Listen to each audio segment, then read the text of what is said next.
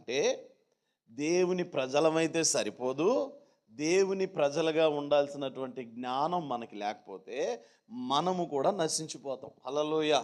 అందుకని ఇక్కడ ప్రధానమైనది ఏమిటి అంటే దైవ జ్ఞానం అనండి. ఇది ఖచ్చితంగా దేవుని ప్రజలకి ఉండాల్సిందే. హల్లెలూయా! ఈ దైవ జ్ఞానం అనేది ఏ మనిషిలో కొదువుగా ఉంటుందో వాడు మెల్లగా నశించిపోతాడు. వాడు ఏమైపోతాడండి? నేను చాలామంది క్రైస్తవ ప్రజల్ని చూసా వ్యక్తిగత అనుభవంలో.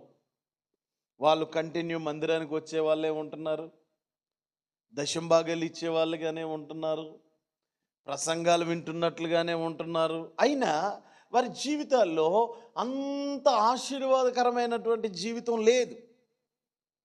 వాళ్ళ జీవితాల్లో పేదరికం పోవట్లా, రోగాలు పోవట్లా, సమస్యలు పోవట్లా, దేవునికి సాక్షిగా ఉండట్లా.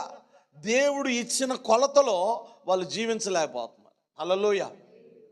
The measurement of God, the God's measurement, దేవుని యొక్క కొలతలో దేవుని ప్రజలు జీవించకపోవడానికి కారణం ఏమిటంటే వారికి దేవుని జ్ఞానము రిసీవ్ చేసుకోలేకపోతున్నారు.